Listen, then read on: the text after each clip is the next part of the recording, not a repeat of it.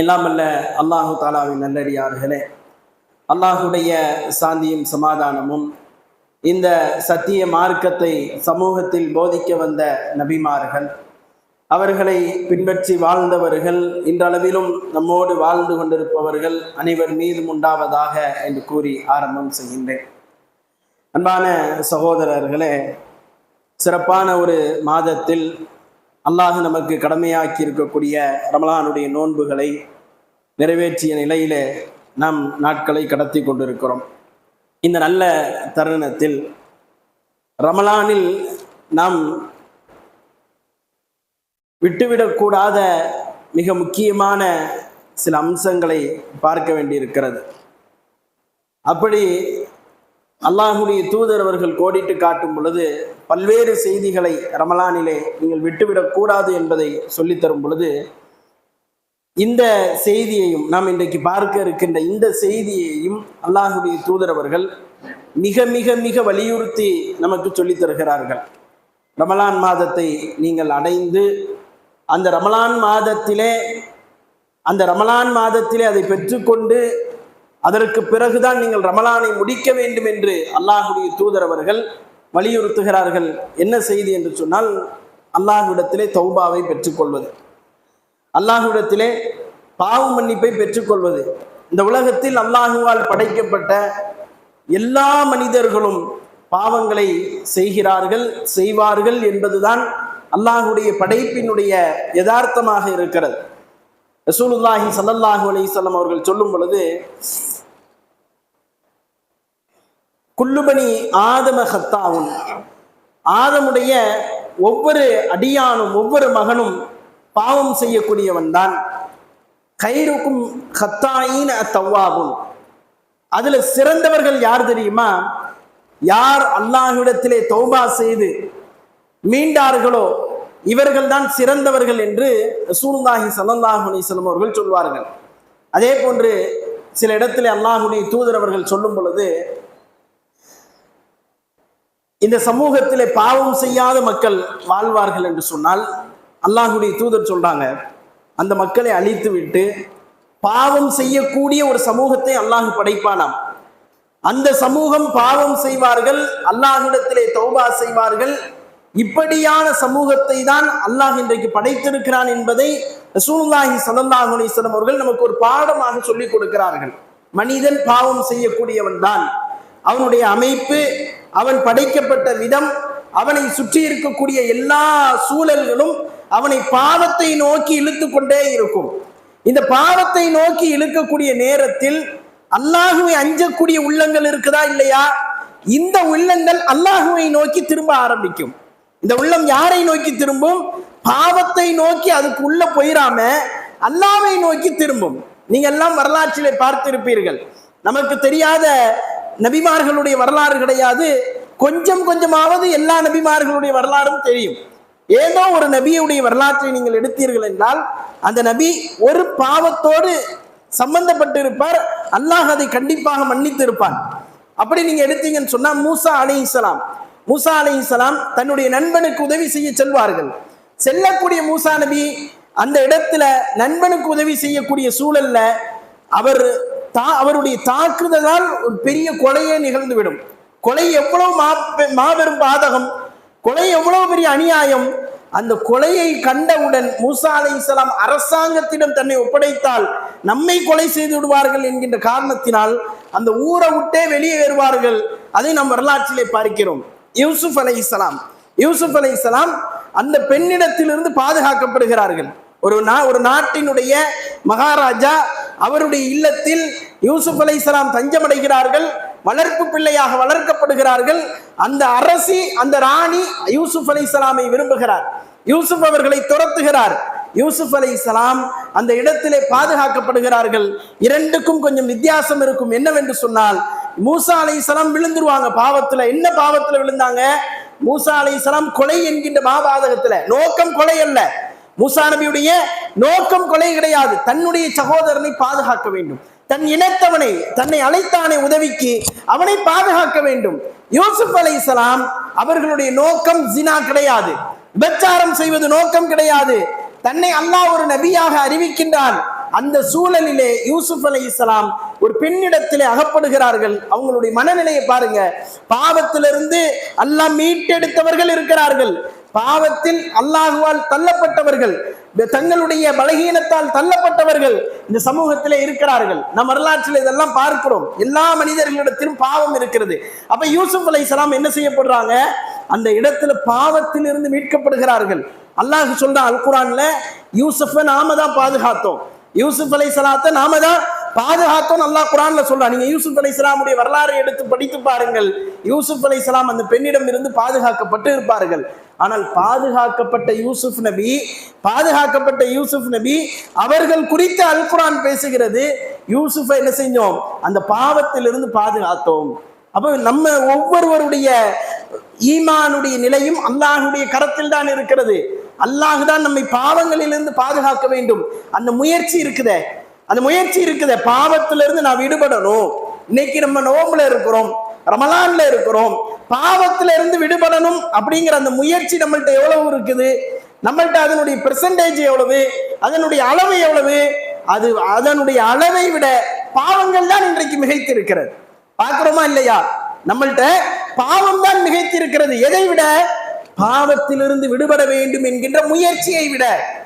நோன்பு வைக்கிறார் நோன்பாளி, காலையில சஹர்ல ஆரம்பித்து இஃப்தார் வரைக்கும் நோன்பு இருந்தவர், நோன்பு முடிஞ்ச உடனே போய் என்ன செய்யறாரு? சடார்னு தீப்பெட்டி எடுத்து பத்த வச்சு பீடி குடிச்சு நிக்கிறார். இன்னைக்கும் நடக்குது. நீங்க பார்க்கலன்னா சொல்லுங்க, நான் கூட்டு போய் காட்டுறேன். இந்த மாதிரி ஆட்கள் இன்றைக்கு இருக்கிறார்கள் சமூகத்திலே. இனி ரமலான்ல பகல் முழுவதும் உங்களால் புகைப்பிடிப்பதை விட முடியும் என்கின்ற நம்பிக்கை இருக்குதா இல்லையா? இது வாழ்நாள் முழுவதும் முடியும். இதைத்தான் ரமலான் ஏற்படுத்தி தருது, இதைத்தான் ரமலான் ஏற்படுத்தி கொடுக்கிறது. நான் பகலிலே பாவம் செய்வதை விடுபடுகிறேன். நீங்க ஒண்ணுமில்ல, நீங்க யதார்த்தமாக பாருங்கள். எல்லா நாட்களும் பகலிலே உண்ணுகிறோம், குடிக்கின்றோம், எல்லாவற்றையும் செய்கின்றோம். ஏன் ரமலான்ல செய்யல? ரமலான்ல செய்யறது பாவம். பகல்ல செஞ்சா நோன்பு முறிஞ்சிரும். இருக்குதா இல்லையா? நம்ம உணர்றோமா இல்லையா? அந்த உணர்ச்சியை அல்லாஹ் ரப்புல் ஆலமீன் இங்க ஏற்படுத்துறான். எப்படி ஏற்படுத்துறான்னு சொன்னா, நீ பகல்ல எப்படி விடுகிறாயோ அதே போன்று பாவத்தை மகரிபுக்கு பிறகு உன்னால விட முடியும், சஹர் வரைக்கும் விட முடியும், வாழ்நாள் முழுவதும் விட முடியும். நீ வாழ்நாள் முழுவதும் விடுவதற்கான ஒரு பயிற்சி கூடம் தான் ரமலானுடைய மாசம். ரமலான்ங்கிறது வெறுமனே தொழுகைக்கும் திக்ருக்கானது மட்டுமல்ல, அது மிக முக்கியமான அம்சம். திக்ர் என்பது, தொழுகை என்பது ரமலானிலே கண்டிப்பாக நாம் நிறைவேற்ற வேண்டும். கூடுதல் கவனம் செலுத்த வேண்டும், அதிகமான இபாதத்துகளை செய்ய வேண்டும், இரவு தொழுகைக்கு அதிகப்படியான முக்கியத்துவத்தை கொடுக்க வேண்டும். ஏன்? ரசூலுல்லாஹி ஸல்லல்லாஹு அலைஹி வஸல்லம் அங்கே செய்தார்கள், அதனால் நாம் செய்கின்றோம். அதிகமான சதக்காக்களை செய்தார்கள், வாரி வழங்கினார்கள். அல்லாஹுடைய தூதரை பற்றி நபிமொழிகள் பதிவு செய்யப்படுகிறது. வீசும் காற்றை விட வேகமாக சதக்கா செய்வார்கள். வீசும் காற்று அளவிட முடியுமா? அல்லாஹுடைய தூதர் அவர்கள் சதக்காவிற்கு அவ்வளவு முக்கியத்துவம் கொடுத்தார்கள். எல்லா இபாதத்துகளும் முக்கியம்தான். ஆனால் இதே போன்ற ஒரு மிம்பர் படியில் அல்லாஹுடைய தூதர் ஏறுகிறார்கள். இதே போன்ற ஒரு மிம்பர் படியில ஏறும்போது முதல் படியில் அல்லாஹுடைய தூதர் காலை வைக்கிறாங்க. சஹாபாக்கள்லாம் அந்த பக்கத்துல நிக்கிறாங்க. அப்போ அல்லாஹுடைய தூதர் காலை வச்ச உடனே ஆமீன் அப்படிங்கிறாங்க. ரெண்டாவது படியில காலை வைக்கிறாங்க, ஆமீன்ங்கிறாங்க. மூணாவது படியில காலை வைக்கிறாங்க, ஆமீன்ங்கிறாங்க. சொல்லிட்டு மிம்பர்ல போய் உட்கார்ந்துட்டாங்க. சஹாபாக்கள் கேட்கிறாங்க, அல்லாஹுடைய தூதரே, எப்பொழுதும் இல்லாத முறையிலே இந்த தடவை நீங்கள் மிம்பரில் ஏறும் பொழுது ஆமீன் ஆமீன் ஆமீன் என்று சொன்னீர்களே, காரணம் என்ன? ரசூலுல்லாஹி ஸல்லல்லாஹு அலைஹி வஸல்லம் சொன்னாங்க, ஜிப்ரீல் அலைஹிஸ்ஸலாம் அவர்கள் வந்தார்கள். அவர்கள் 3 பிரார்த்தனைகளை செய்தார்கள். அதுல நாம கவனிக்க வேண்டிய முக்கியமான பிரார்த்தனை என்ன தெரியுமா? யார் ரமலானை அடைந்தும் அல்லாஹ்விடத்திலே பாவ மன்னிப்பை பெற்றுக்கொள்ளவில்லையோ அவன் நாசமடையட்டும். அல்லாஹ்விடத்திலே பாவ மன்னிப்பை பெற்றுக்கொள்ளவில்லையோ அவன் நாசமடையட்டும் என்றார்கள். ரமலானை அடைந்தும் நாம் பாவ மன்னிப்பை அல்லாஹ்விடத்திலே பெற்றுக்கொள்ளவில்லை என்று சொன்னால் அதை விட நஷ்டம் இந்த உலகத்தில் எதுவும் கிடையாது. அதை விட வேற ஏதாவது நஷ்டம் உண்டா? ரசூலுல்லாஹ் சொல்றாங்க, அதுதான் மிகப்பெரிய நஷ்டம். அதுதான் மிகப்பெரிய நஷ்டம். நீங்கள் ரமலானை அடைந்த பிறகும் அல்லாஹ்விடத்திலே தௌபா செய்து உங்களுடைய கண்ணீரை இந்த பூமியிலே சிந்தி மன்னிப்பை பெற்றுக்கொள்ளவில்லை என்று சொன்னால் அதுதான் மிகப்பெரிய நாசம். ரமலானிலே அதிகமாக தௌபா செய்ய வேண்டும், அல்லாஹ்விடத்திலே மன்னிப்பை கேட்க வேண்டும். நம்ம உள்ளத்துல நாமளே நினைக்கிறோம், தொடர்ந்து நம்ம பாவம் செய்கின்றோம், இந்த பாவத்தினால அல்லாஹ் நம்மளை எல்லாம் மன்னிப்பானா? சைத்தான் ரெண்டு வகையில நம்மள்ட்ட விளையாடுவான். ஒண்ணு என்ன அப்படின்னு சொன்னா, நாம டைரக்டா அல்லாஹ்விடத்துல சரணடைஞ்சிட கூடாது அப்படிங்கிறதுல தெளிவா இருப்பாங்க. ரெண்டாவது விஷயம் என்னன்னா, நம்மள்கிட்ட ஒரு நியாயம் கற்பிப்பதற்கான ஒரு சூழலை உள்ளத்துல ஏற்படுத்துவான். சைத்தானுடைய வேலை இது, நியாயம் கற்பிப்பதற்கான. இப்ப ஜும்மாவுக்கு வந்தீங்கன்னா பாத்தீங்கன்னா எங்கனையாவது ரெண்டு பேர் தூங்கிட்டு இருப்பாங்க. நீங்க காரணம் கேட்டீங்கன்னு வைங்களேன், ஒரு நியாயம் வச்சிருப்பாரு. நான் காலையில இருந்து ஜும்மாவுக்கு வர்ற வரைக்கும் வேலை பார்த்துருக்கிறேன், அலுப்புல தூங்கிட்டேன், டயர்ட்ல வாரம் இவர் இதைத்தான் சொல்லுவார். ரமலான்ல சொல்லிட்டா பிரச்சனை இல்லை. இந்த தூங்கக்கூடிய கோஷ்டியை நீங்க கூப்பிட்டு கேட்டீங்கன்னா ரமலான் அல்லாத நாட்களும் தூங்கணும் தான் வருவாங்க. தூங்குவதற்காக தன் காரணம் வச்சிருப்பாங்க ரெடியா. சைத்தான் இந்த காரணங்களை கற்றுக் கொடுக்கின்றான். எப்படி கற்றுக் கொடுக்கிறான் தெரியுமா? நீ எப்போதும் அப்படி ஆள் கிடையாது, இன்னைக்கு நீ அப்படி ஆயிட்ட. இது நாமளே என்ன செய்யறது? திருப்திப்படுத்துறது. எப்போது நம்ம நோன்பை விட மாட்டோம், நமக்கு இயலல தானே, நமக்கு முடியல தானே, அதனால நம்ம நோன்பை விடுறோம். அதே மாதிரிதான் இந்த பாவ மன்னிப்பு விஷயத்துல சைத்தான் எப்படி எண்ணத்தை போடுகிறான் என்றால், நம்ம பாவம் செய்யறோம், அல்லாஹ்ட்ட தௌபா செய்யறோம், மறுநாள் போய் அதே மாதிரி பாவம் செய்யறோம், தௌபா செய்யறோம். நமக்கே வெக்கமா இருக்குத, ஒண்ணு பாவத்தை விடணும் அல்லது தௌபாவை விடணும். நம்மால எதை விட்டுருதா? தௌபாவை விட்டுருதான் பாவத்தை செய்ய ஆரம்பிச்சிடலாம். இது எவ்வளவு மோசமான சூழல்! அல்லாஹ் ரப்புல் ஆலமீன் தொடர்ந்து பாவ மன்னிப்பு கேட்பதை விரும்புகின்றான். பாவம் செய்ய தூண்டலைங்க. பாவம் மனிதனிடத்துல வந்துகிட்டே இருக்கும். பலகீனமாக படைக்கப்பட்டவன் அல்லாஹ் வா அப்படிங்கிறான், அழைக்கின்றான். அல் குர்ஆன் அழைக்கின்றது, வஸாரிஊ இலா மக்ஃபிரத்தின் மின் ரப்பிக்கும், உங்களுடைய ரப்பின் மன்னிப்பின் பக்கம் விரைந்து வாருங்கள். இந்த வசனத்தை பார்த்தீங்கன்னா 3வது அத்தியாயத்தினுடைய 133வது வசனம் ரொம்ப அற்புதமான வசனம். அல்லாஹ் அழைக்கும் பொழுதே ஃபர்ஸ்ட் சொர்க்கத்துக்கு ஓடி வா அப்படின்னு கூப்பிட மாட்டான். ஃபர்ஸ்ட் மன்னிப்பு கேளு, என்கிட்ட சரணட. அதுக்கப்புறம் அல்லாஹ்ட்ட சரணடைஞ்சாதானே சொர்க்கத்துக்கு போக முடியும். எப்படி நான் சொர்க்கத்துக்கு போக முடியும்? யார்கிட்ட பெர்மிஷன் வாங்கணும்?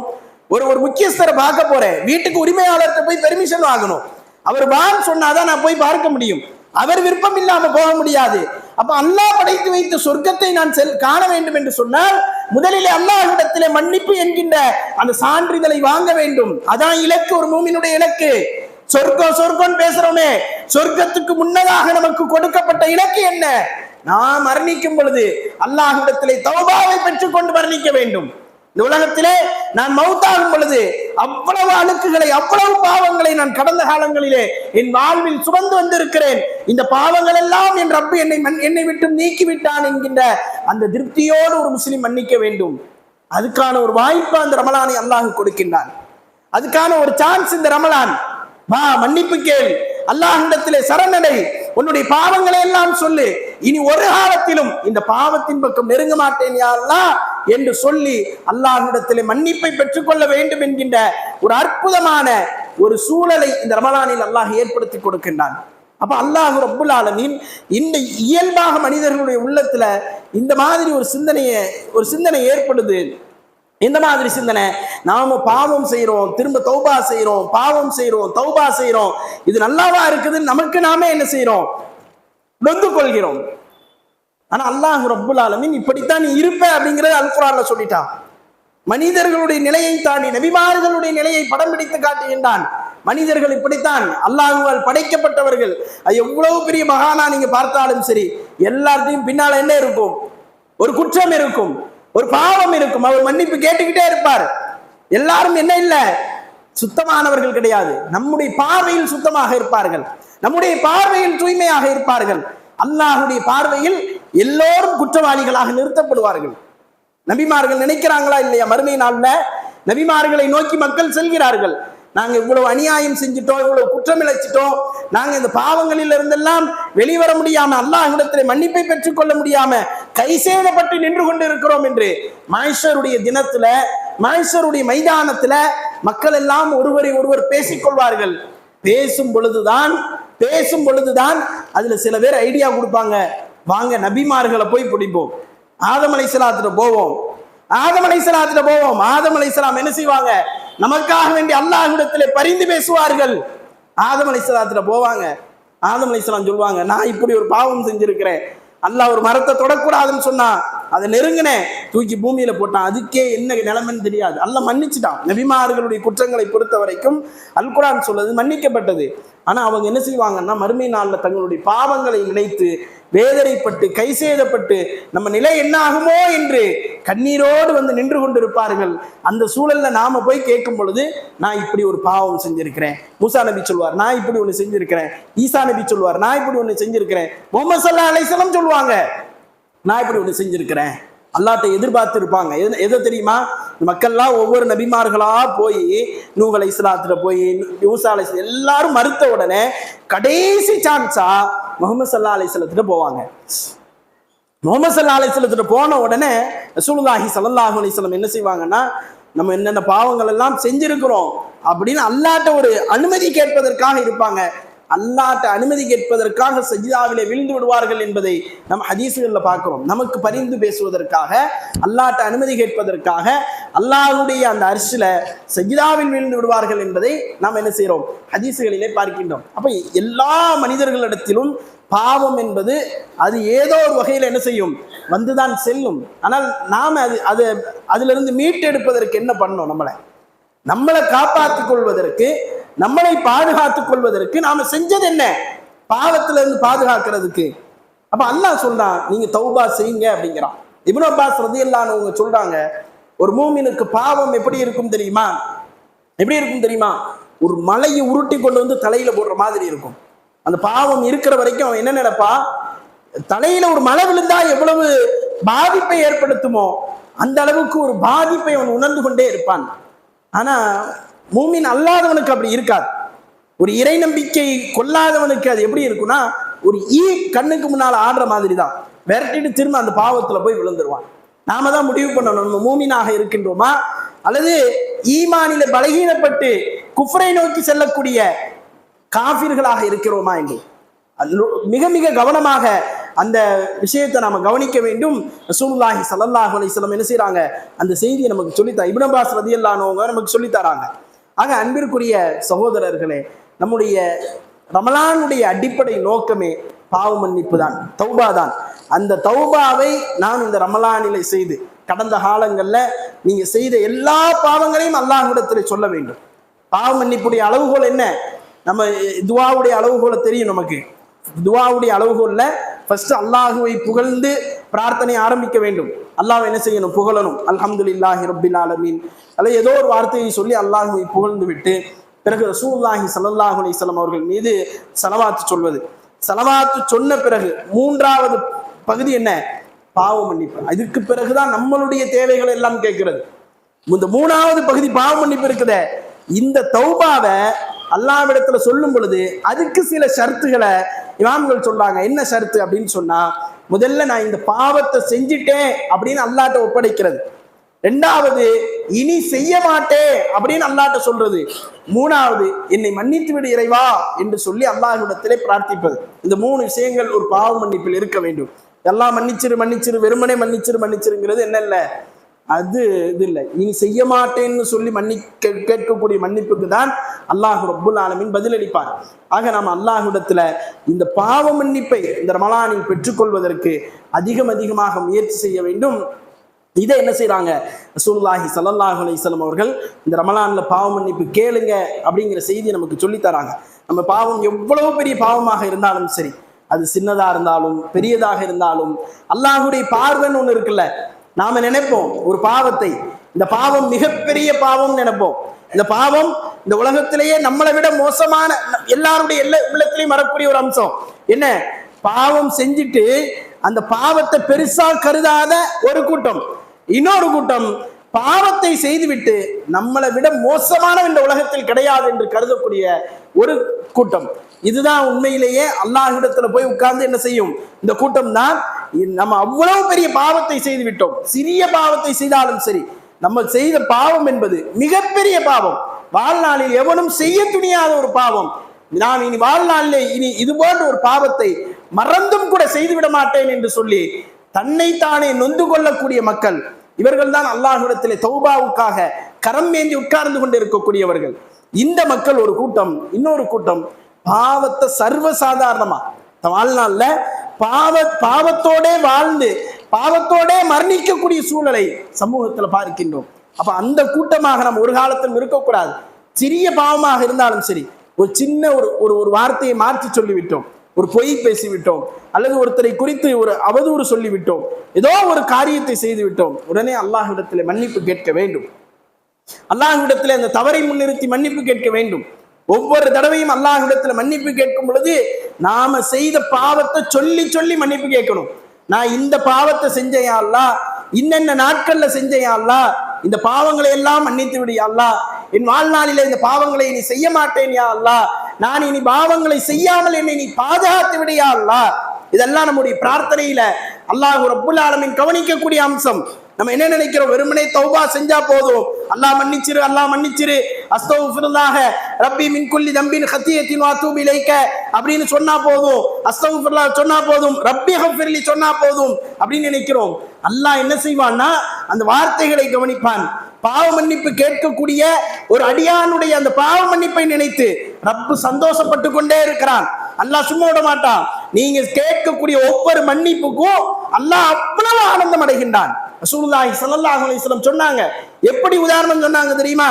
ஒரு முஸ்லிம் அல்லாஹ்விடத்திலே மன்னிப்பு கேட்கும் பொழுது அல்லாஹ் எவ்வளவு சந்தோஷம் அடைவான் என்றால், பாவ மன்னிப்பு கேட்கும் பொழுது எவ்வளவு மகிழ்ச்சி அடைவான் என்று சொன்னால், ஒரு மனிதன் உதாரணத்தை சொல்றாங்க ரசூலுல்லாஹ், ஒரு மனிதன் ஒரு காட்டு பகுதியிலே போய் கொண்டிருக்கிறான். அவனுடைய பயணம் மிக நீண்ட தூரமாக இருக்கிறது. பக்கத்திலே தனக்கு தேவையான உணவு, உடை, ஆடைகளோடு ஒரு வாகனம் வந்து கொண்டே இருக்கிறது. அவனுக்கு ஒரு டயர்டு ஏற்படுது. அவன் என்ன செய்யறான், ஒரு மரத்துக்கு அடியிலே ஓய்வு எடுக்கின்றான், ஒரு குட்டி தூக்கத்தை போடுகின்றான். தூங்கி எந்திரிச்சு பார்த்தா அவன் கொண்டு வந்த உணவையும் காணோம், தண்ணியையும் காணோம். அவன் மிகப்பெரிய அளவிலே அதனால் கவலை அடைந்து அதை தேடுவதற்கு முற்பட ஆரம்பித்து விட்டான். சுத்தி பார்த்தா எதுவுமே கிடையாது, எங்கேயும் தண்ணி கிடையாது, எங்கேயும் உணவு கிடையாது. அப்படியான ஒரு இடம், பாலைவனம்னு வரல, ஆனா அந்த ஹதீஸை பார்த்தா எப்படிதான் தெரியுது, ஒரு பாலைவனம் மாதிரி ஒரு இடம் தான் அப்படின்னு தெரியுது. சுத்தி சுத்தி அலையிறான் அந்த மனிதன், எல்லா பக்கமும் தேடி பார்க்கின்றான். இந்த மாதிரி ஒரு பஜார் இல்ல, ஒரு ஊர் இல்ல, நாம வாழக்கூடிய மாதிரி ஒரு பகுதி கிடையாது, தள்ளி போனா தண்ணி வாங்கி குடிக்கலான்னு எந்த ஒரு வாய்ப்பும் இல்லை. அலைந்து திரிந்து கடைசியாக தான் வந்த இடத்துக்கே வந்து நிற்கின்றான். அவனுடைய உணவும் கிடைக்கவில்லை, தண்ணீரும் கிடைக்கவில்லை. இவ்வளவு நேரம் அலைஞ்சதுக்கு இன்னொரு தூக்கம் போடுறான். தூங்கி எந்திரிச்சு பார்த்தா எதை தொலைத்தானோ அது அவன் கிட்டே வந்து நிற்கின்றது. எவ்வளவு ஆனந்தம் அடைவனான், இவனுடைய ஆனந்தம் எப்படி இருக்கும், மகிழ்ச்சி எப்படி இருக்கும். அல்லாஹ் அதை விட ஆனந்தம் அடைகின்றான் நீங்கள் பாவ மன்னிப்பு கேட்கும் பொழுது என்று ரசூலுல்லாஹி ஸல்லல்லாஹு அலைஹி வஸல்லம் அவர்கள் சொன்னார்கள். ஒவ்வொரு தொழுகையிலும் அல்லாஹ்விடத்திலே பாவ மன்னிப்பு கேட்க வேண்டும். தக்பீர் கெட்டினீங்கன்னா, தக்பீர் கெட்ட உடனே ரசூலுல்லாஹி ஸல்லல்லாஹு அலைஹி வஸல்லம் சொல்லி தரக்கூடிய துவா என்ன? பாவ மன்னிப்பு துவா. ஃபர்ஸ்ட் துவா என்ன?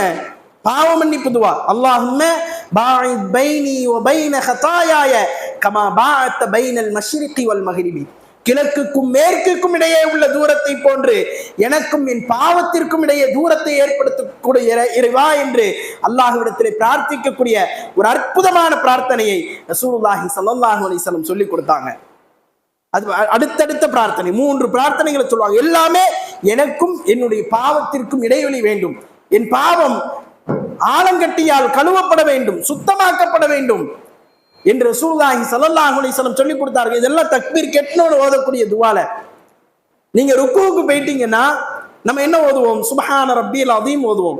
ரசூலுல்லாஹ் ஒரு துவா ஓதுவாங்க, என்ன தெரியுமா? சுப்ஹானக அல்லாஹும்ம ரப்பனா வ பிஹம்திக அல்லாஹும்ம ஃபிர்லி. ரசூலுல்லாஹ் ஓதக்கூடிய துவா சுப்ஹானக அல்லாஹும்ம ரப்பனா வ பிஹம்திக அல்லாஹும்ம ஃபிர்லி.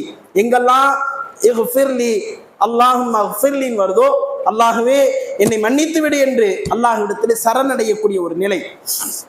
அப்ப அல்லாஹ்வுடைய தூதர் பல நேரங்கள்ல அதை பயன்படுத்தி இருக்கிறாங்க அப்படிங்கிற அந்த செய்தியை பார்க்கிறோம்.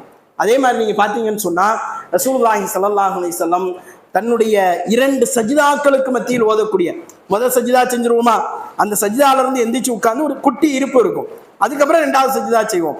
அந்த 2 சஜிதாவுக்கு மத்தியில ரசூலுல்லாஹ் சொல்லி கொடுத்தாங்க. என்ன சொல்லி கொடுத்தாங்க? அல்லாஹும் ரப்பி ஃபிர்லி ரப்பி ஃபிர்லி, என்னை மன்னித்திரு ரப்பே. ஏன் இவ்வளவு தூரம் பாவ மன்னிப்பை சொல்லி கொடுக்குறாங்க? நீங்க டாய்லெட்ல இருந்து வெளியே வந்தோன்னு சொல்லி கொடுப்பாங்க பாருங்க, குஃப்ரானக, இறைவா உன்கிட்ட மன்னிப்பு கேட்கிறேன். இது ரசூலுல்லாஹ்வுடைய வாழ்நாள்ல கிட்டத்தட்ட அல்லாஹுடைய தூதரவர்கள் தன்னுடைய வாழ்நாள்ல எல்லா நாட்களும் மன்னிப்பை கேட்டுக்கொண்டே இருந்தார்கள் என்பதை நாம் என்ன செய்யறோம், ஹதீஸுகள்ல பார்க்கிறோம். அல்லாஹுடைய தூதரவர்கள் அஸ்தக்ஃபிருல்லாஹ அஸ்தக்ஃபிருல்லாஹ் அதீம் அப்படிங்கிற அந்த வார்த்தையை 70 தடவை கேட்பாங்க. அல்லாஹுடைய தூதர் ஒரு நாளைக்கு 70 தடவை கேட்பாங்க அஸ்தக்ஃபிருல்லாஹ் அஸ்தக்ஃபிருல்லாஹ் அப்படிங்கிற அந்த வார்த்தையை. நம்முடைய வாழ்நாளில் அல்லாஹுவை நினைவு கூறுவது போன்று நாம் அதிகமாக அல்லாஹ்விடத்தில் மன்னிப்பு கேட்க வேண்டும். அது நம்மளை பாவத்துல இருந்து தூரமாக்கும்.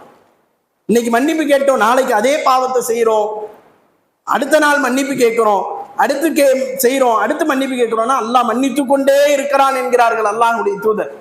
உங்களை மன்னித்து கொண்டே இருக்கிறான். நீங்கள் சரணடையும் காலம் எல்லாம், எதுவரைக்கும் நீங்கள் அல்லாஹ்வை நோக்கி திரும்பும் காலம் எல்லாம் அல்லாஹ் பாவங்களை மன்னித்து கொண்டே இருக்கின்றான். ஆனா அதே நிலையில் மரணித்தால், ஒரு பாவத்தை செஞ்சிட்டோம், அதே நிலையில் மரணித்தால் நம்ம நிலையை நம்ம யோசிச்சு பார்க்கணும். நம்ம நிலையை யோசிச்சு பார்க்கணும். ஒரு தவறான காரியத்தை, ஒரு பாவத்தை நாம செஞ்சிருந்தோம். எந்த ஒரு காரியமாக இருந்தாலும் நம்மளை யாரும் பார்க்கலன்னு நினைச்சு என்ன செய்யறோம், ஒரு பாவத்தை செய்து விடுகிறோம். ஆனால் அதனுடைய முடிவு எப்படி இருக்கும் அல்லாஹ்வுக்கு நமக்கு மத்தியில தான் தெரியும்.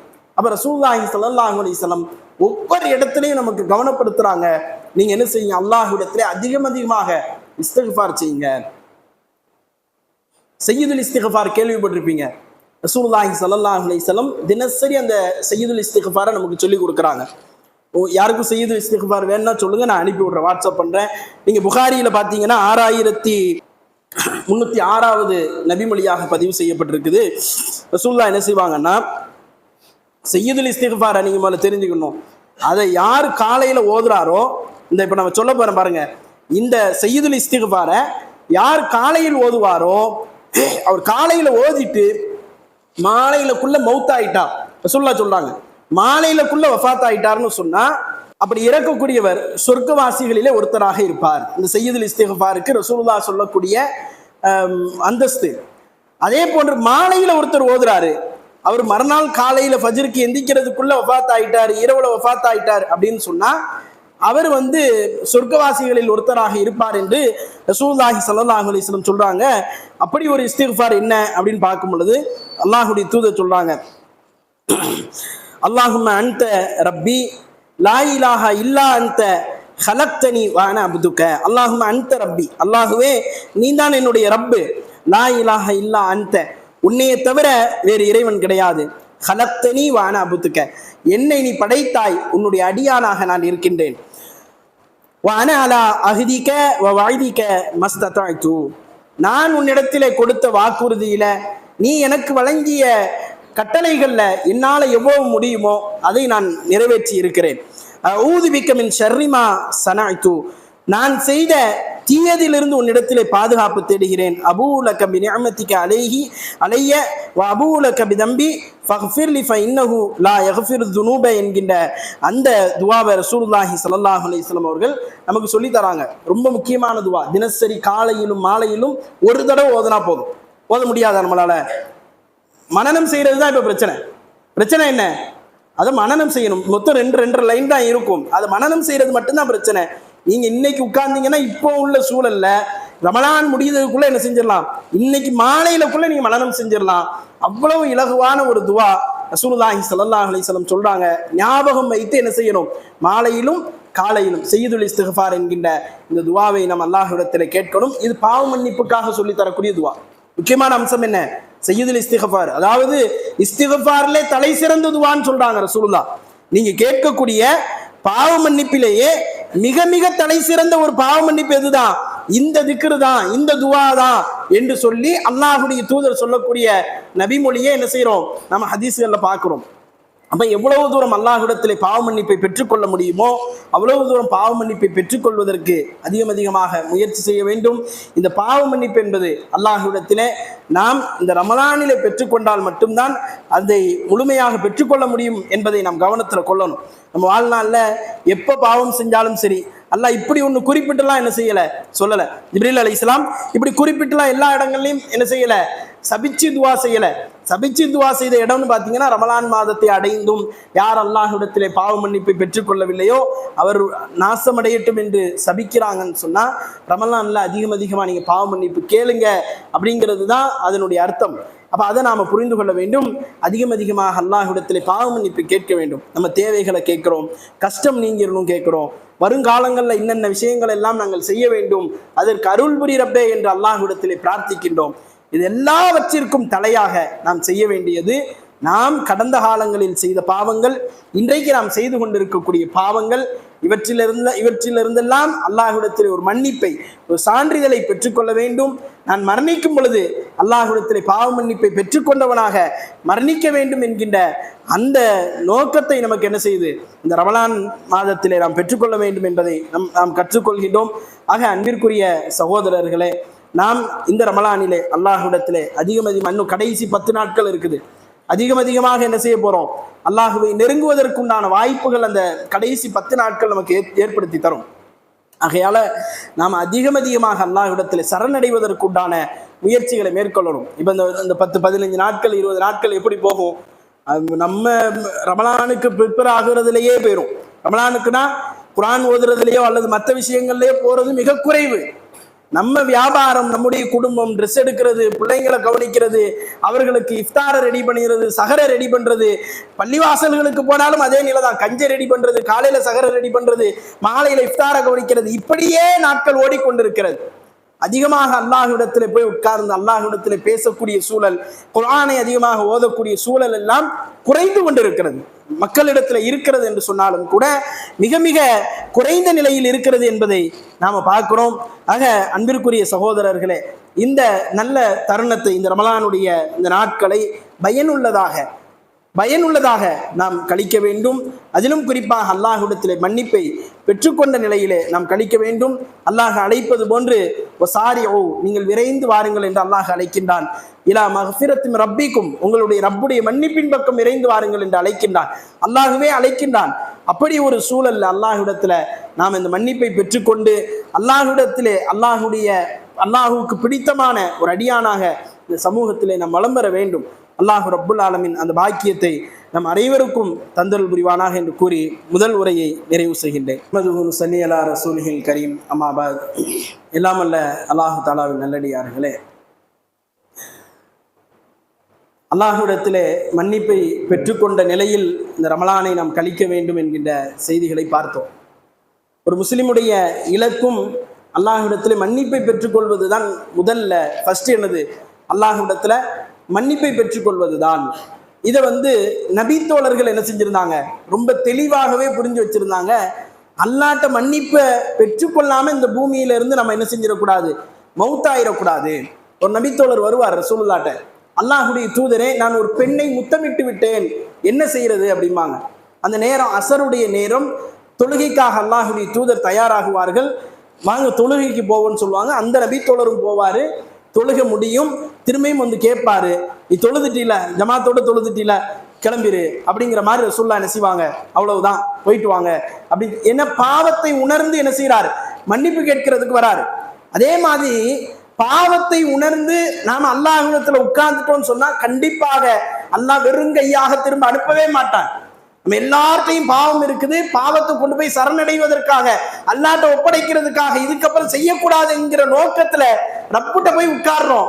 அல்லாஹ் வெறுமனே அனுப்புவானா? பாவத்தை ஒப்படைக்கிறதுக்கு என் அடியான் வந்து விட்டான் என்று அல்லாஹ் பாவத்திற்கான அந்த பதிலை கண்டிப்பாக என்ன செய்வான்? நமக்கு கொடுப்பான். இதை நபித்தோழர்கள் என்ன செஞ்சிருந்தாங்க? ரொம்ப தெளிவாக புரிந்து வைத்திருந்தார்கள். பாவ மன்னிப்பு கேட்டு அல்லாஹ்விடத்துல சென்று விட வேண்டும், அல்லாஹ்வை நெருங்கி விட வேண்டும். நம்ம தூரமாயிட்டோம், பாவத்துக்கு சென்று விட, பாவத்திலிருந்து பாவத்தின் பக்கம் நெருங்கி விட்டோம் என்பதை மிக தெளிவாக புரிந்து வைத்திருந்தார்கள். அதனாலதானே மாயிஸ் இப்னு மாலிக் என்று சொல்லக்கூடிய நபித்தோழர் ஜினா செய்து விட்டார், விபச்சாரம் செய்து விட்டார். அவருக்கு நல்லா தெரியும், நாம இந்த நிலையில ரசூலுல்லாஹ்ட்ட போனோம்னு சொன்னா நம்மளை கல்லால் அடிச்சுதான் கொலை செய்வார்கள் என்று. ஆனாலும் ஏன் போனாரு? தௌபா தான் காரணம். மற்ற எல்லா விஷயங்களும், அவரை பற்றிய செய்திகள் குர்ஆன் ஹதீஸ்கள்ல பெரும்பாலும் இருக்காது. இந்த செய்தி இருக்கும், எல்லா மேடைகளிலும் பேசப்படும். புகாரில எடுத்து பாத்தீங்கன்னா இந்த செய்தி இருக்கும். மாயிஸ் இப்னு மாலிக் அவரை பற்றிய அந்த செய்தி இருக்கும். ஒரு மனிதர் என்று ஆரம்பிப்பார் இமாம் புகாரி இமாம் அவர்கள். அப்ப அந்த அளவிற்கு அவர் பாவத்தை கொண்டு போய் ஒப்படைக்கணும் அப்படிங்கிறதுல கவனமா இருந்ததுனாலதான் மாயிஸ் இப்னு மாலிக் ஜினா செய்து விட்டு ரசூலுல்லாஹ்வை போய் சந்திக்கிறார். ரசூலுல்லாஹ் என்ன சொல்றாங்க? மது இது குடிச்சிருக்கிறாரான்னு பாருங்க அப்படிங்கிறாங்க. பைத்தியமா அப்படிங்கிறாங்க. இவன் எதுவும் வளர்றாரா பாருங்க அப்படிங்கிறாங்க. முகத்தை திருப்புறாங்க. 4-5 தடவை அப்படி செய்யறாங்க ரசூலுல்லாஹி ஸல்லல்லாஹு அலைஹி வஸல்லம். ஒரு கட்டத்துல அவர் தெளிவாதான் இருக்கிறார். யா ரசூலல்லாஹ், தண்டனையை நிறைவேற்றுங்கள் என்று சொல்லிவிட்டார்கள் அல்லாஹ்வுடைய தூதர். அவருக்கு தெரியாதா? அல்லாஹ்வுடைய தூதர் கல்லால் அடித்து நம்மை கொலை செய்வார்கள். நமக்கு திருமணம் ஆகிவிட்டது, நான் விபச்சாரம் செய்கின்றேன், எனக்கு தண்டனை என்ன? இஸ்லாமிய ஷரியத்தின்படி கல்லால் அடித்து கொல்லப்படுவதுதான் தண்டனை. வேற வழியே கிடையாது, வேற சான்ஸே கிடையாது. அவருக்கு நல்லா தெரியும் மாயிஸ் இப்னு மாலிக்கு நம்மளை கல்லால் அடித்து கொலை செய்வார்கள். ஆனால் ரசூலுல்லாஹ் கொடுத்த அந்த அந்த செய்தி என்ன? அவருக்கு மரணிக்கும் பொழுது அல்லாஹ்விடத்தில் மன்னிப்பை பெற்றுக் கொள்ள வேண்டும். இதான் ஒவ்வொரு மூமினுடைய இலக்காகவும் இருக்க வேண்டும். அடிப்படை இலக்கு என்ன? எனக்கு நான் சொர்க்கத்துக்கு போகணும், அதுக்கு செய்ய வேண்டிய ஒரு காரியம் இருக்குது. என்ன? நான் அல்லாஹ்விடத்தில் மன்னிப்பை பெற்றுக்கொள்ள வேண்டும். நான் செய்த பாவங்களை எல்லாம் அல்லாஹ்விடத்தில் சமர்ப்பிக்க வேண்டும். ரமலான்ல நாம் செய்யக்கூடிய பிரார்த்தனைகள்ல அதிகமான பிரார்த்தனை அல்லாஹ்விடத்தில் மன்னிப்பை பெற்றுக் கொள்வதாக இருக்க வேண்டும். நாம் மறுமையிலே சொர்க்கத்தை அடைவதற்கான மிக மிக முக்கியமான முன்முயற்சியாக அதை நமக்கு மார்க்கம் கற்றுத்தருகின்றது. அல்லாஹ் ரப்புல் ஆலமீன் நம் அனைவருடைய பாவங்களை மன்னித்து மறுமையிலே சொர்க்கத்தை பெற்றுக் கொள்வதற்குண்டான பாக்கியத்தை நமக்கு தந்தல் புரிவானாக என்று கூறி நிறைவு செய்கின்றேன். அகூலு கௌலி ஹாதா அஸ்தக்ஃபிருல்லாஹ் லி வ லக்கும். அஸ்ஸலாமு அலைக்கும் வ ரஹ்மத்துல்லாஹி வ பரகாத்துஹு.